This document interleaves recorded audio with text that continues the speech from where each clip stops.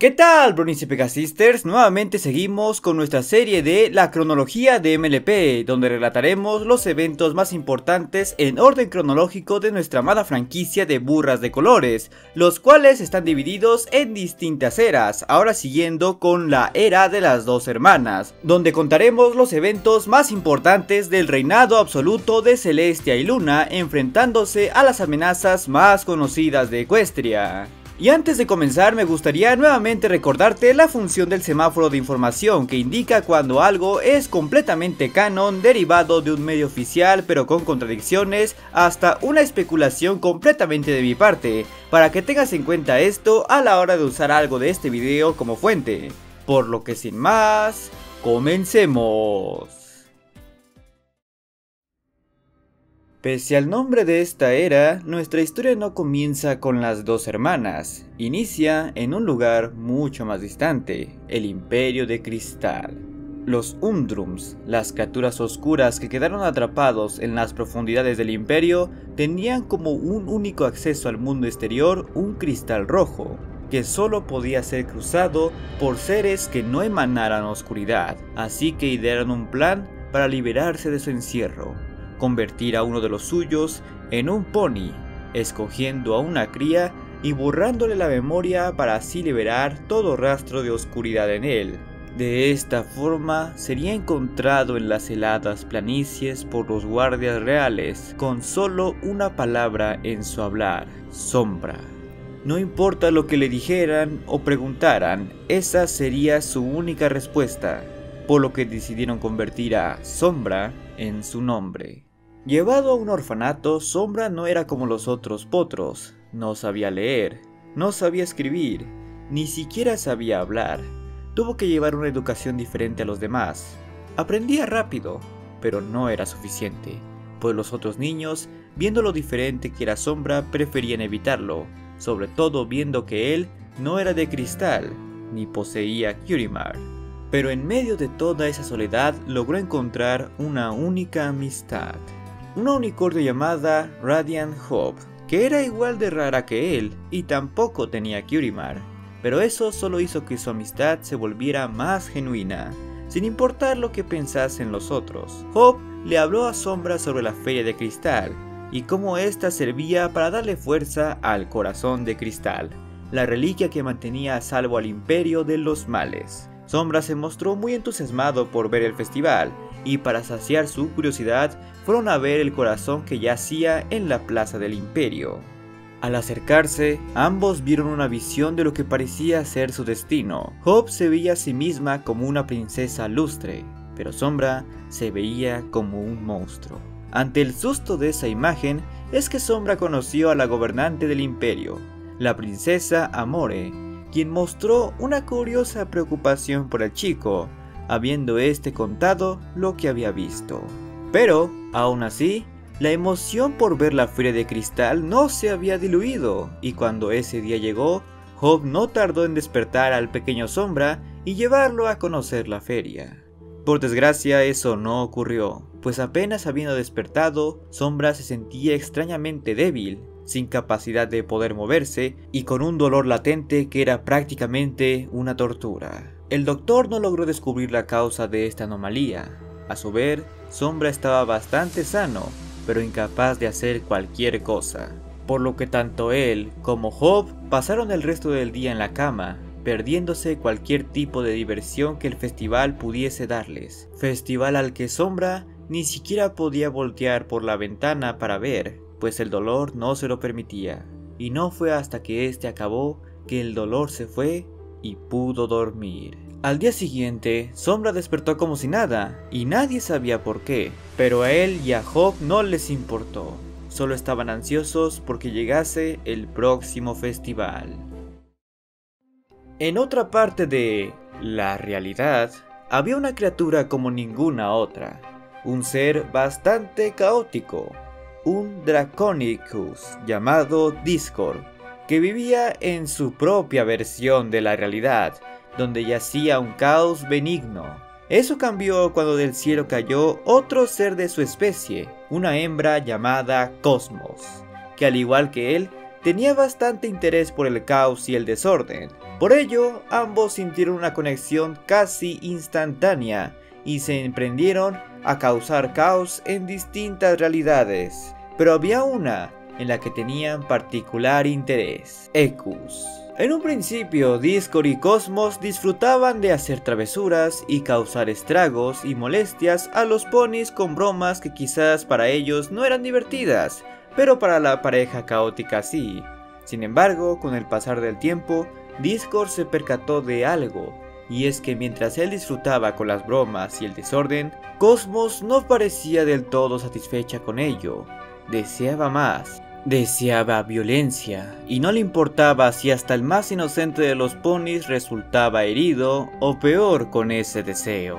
Durante gran parte de ese tiempo, Discord mantenía a las princesas en una ilusión para así evitar que ellas se percataran de la presencia de Cosmos, o quizás para que Cosmos no se percatara de la presencia de las princesas, y así poder pasar más desapercibidamente. Pero todo llegó a un punto en el que simplemente ya no podía mantener ese control.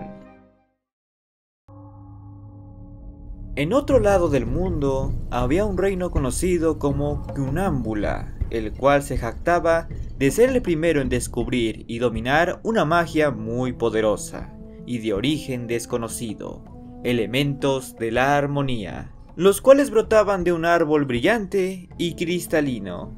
Aparentemente estos elementos funcionaban en base al nivel de amor por su nación, de ahí que los definieran como elementos del nacionalismo, y sus portadores fueron nombrados como los Caballeros de la Armonía. Estos caballeros sabían que había más árboles y elementos por todo el mundo, y sintiéndose con la responsabilidad de guiar a las naciones que poseían esos elementos, partieron a encontrar los árboles y construir templos a su alrededor para resaltar su importancia. Llegaron al desierto de Pharasee, donde los nativos valoraban su historia, y de ahí aprendieron a controlar sus elementos. Fueron a las montañas de Caninia, donde los perros aprendieron a controlar su árbol con el valor de la familia. Llegaron a las planicies de Abisinia, donde los gatos creyeron en su causa y los ayudaron a construir el templo en el centro de la ciudad. Llegaron hasta las nubes y ayudaron a las aves de Ornitia a creer en el amor para así activar su árbol y sus elementos, y decidieron dejar un sistema con el cual cada templo estuviese conectado y así saber si los árboles y elementos estuviesen activados. Con todo esto, solo faltaba un árbol por encontrar, el árbol de Equestria que Starsuit y los pilares habían plantado. Pero al llegar ahí se toparon con un muy caótico problema. Discord y Cosmos aún estaban causando estragos por Equestria. De hecho, tenían casi el control total del lugar, y eso fue lo que encontraron los caballeros: puro caos. Al encontrarse con lo que llamaban la serpiente, y me imagino que la dragona, estos inmediatamente optaron por poner todo de cabeza en lo que habían creado, manipulando a aquellos otros portadores de los elementos de la armonía y haciéndoles creer que los caballeros eran el enemigo. Las cebras, los perros y los gatos se dispusieron a atacar Cunámbula, pero ellos eran inexpertos en comparación de los caballeros, quienes no dudaron en contraatacar y eliminar a los que durante un tiempo fueron sus aprendices. Sabiendo que todo lo que habían construido fue fácilmente puesto en su contra, se llegó a la conclusión de que los otros elementos de la armonía eran demasiado poderosos para que posean portadores, y de esta forma optaron por enterrar los templos que contenían a los árboles para que así no sean encontrados. Ocultaron a Cunámbula del resto del mundo y esperaron que el árbol de Equestria jamás sea usado. Ornitia, que por suerte no fue víctima de estas circunstancias, vio como cada luz de cada templo se fue apagando, y temiendo un posible ataque, la en ese entonces reina ordenó mover cada edificio del reino para así esconderse entre las nubes. Esperaron algún posible ataque, pero nunca llegó. Esperaron que los caballeros regresaran, pero estos jamás volvieron, convirtiendo a su reino en uno que solo podía ser visitado por aquellos que conocieran a sus habitantes. Aunque no conocían todo lo que pasaba, Celestia y Luna sabían que Discord era una amenaza y sabían que lo único capaz de vencerlo era lo opuesto al caos, la armonía. De ahí se dispusieron a buscar el legado que les dejó su maestro, el árbol de la armonía, que contenían los elementos que se convertirían en las armas más efectivas de Equestria. Pero lo que no sabían es que Discord también necesitaba ayuda. El acto contra los caballeros fue de lo más despreciable, pero el estar en completa merced de Cosmos había llevado las cosas muy lejos. Ya no hablábamos de lluvias de chocolate o conejos altos, hablábamos de muerte y destrucción. Incluso a potros en una escuela que se había convertido en una calavera llameante. Discord simplemente ya no podía soportar al monstruo con el que estaba lidiando, y decidió huir a esperar encontrar esperanza en las princesas. Estas habían reunido a todos los aliados que poseían: la reina Novo del monte Aris, el rey Aspen, monarca del bosque Everfree, y el rey de Abisinia, y juntando todas sus reliquias y poderes con magia de Discord, es que pudieron encerrar a Cosmos en las estrellas. Sabiendo que lo peor ya había pasado, Discord optó por dormir a todos y borrarles la memoria sobre lo poco que llegaron a ver de Cosmos, regresando a los aliados a sus respectivos reinos y haciéndoles creer a las princesas y posiblemente a todos los afectados, incluyendo a los caballeros de la armonía, que él era el único culpable de todas las aberraciones caóticas. Al poco tiempo, las hermanas regresaron y confrontaron directamente a Discord por los crímenes que creyeron que hizo. Y él no hizo nada para pretender lo contrario. De hecho, no hizo nada para evitar el castigo que le aguardaba. Al menos no aparentemente, ya que en realidad plantó semillas con la intención de suprimir los poderes del árbol de la armonía. Cosa que para su desgracia no funcionó. Al menos no en ese momento, mostrándose confiado y soberbio al momento de ser convertido en piedra. Con Discord y Cosmos finalmente derrotados, los tiempos de caos habían terminado, y las princesas podrían gobernar Equestria en total plenitud, pero aún había una amenaza creciente. Los años pasaron, pero la desgracia de Sombra se repetía una y otra vez. Sin explicación, el dolor y la debilidad regresaban sin falta en esa fecha, y esto se sumó a la tristeza y frustración que tanto Sombra como Hope llevaban, cosa que escaló a tal punto que Sombra se convertiría en algo diferente. Uno de esos tantos años, el dolor de Sombra llegó a tal punto que algo literalmente empezó a destruirse por dentro. Era un evento completamente inesperado que tomó a ambos desprevenidos, pero eso no impidió que Hope actuara instintivamente y usara su magia para curar a Sombra de lo que sea que le estaba pasando, y para su fortuna, lo logró. No solo logró curar a Sombra, logró obtener su Kyuremar, una Kyuremar en sanación, cosa que fue el principio del fin. Hope logró convertirse en una gran sanadora, y aunque al principio esto era motivo de felicidad para Sombra, al poco tiempo vio lo que realmente implicaba, y es que un día vio cómo esta cargaba una carta proveniente de las dos hermanas, lo que Sombra intuyó que era una invitación para Hope de ir a estudiar con ellas, y tal vez convertirse en una futura princesa, tal cual como su visión había profetizado, y significaba que Sombra estaría solo, la única amiga que habría tenido se iría, y quizás nunca la vuelva a ver. Pero lo peor sería que, si esa visión de Hope era real, nada impediría que la de Sombra también lo fuera. Él no pudo soportar esa idea, y corrió hacia el frío páramo, buscando escapar de ese destino que le aguardaba. Lo que no imaginaba es que ese destino lo esperaba ahí. En medio de la oscuridad y el frío, escuchó una voz proveniente de un cristal rojo, que albergaba lo que decía ser su madre. Ella le dijo la verdad, que él no era un pony, era un Undrome, un ser hecho de oscuridad. Por ello, el corazón de cristal lo debilitaba cada feria, y era su misión deshacerse de él. y liberar a su especie. Fue así como su madre despertó los poderes ocultos de Sombra y lo envió a cumplir su propósito. Pero en su intento de robar el corazón, fue confrontado por la mismísima princesa More. Ella siempre supo lo que Sombra era en realidad, pero tenía fe en que podía ser diferente, podría ser mejor, pero él no quiso escuchar y la convirtió en cristal. Al darse la vuelta, Hope estaba tras él, aterrada por ver a su princesa convertida en cristal. Sombra, pese a todo, aún tenía sentimientos por Hope, y le ofreció ser su reina y gobernar el imperio de cristal juntos, pero ella solo podía sentir temor y angustia por la princesa More, cosa que llegó a un punto crítico cuando Sombra la destruyó y esparció sus pedazos por todas partes del mundo.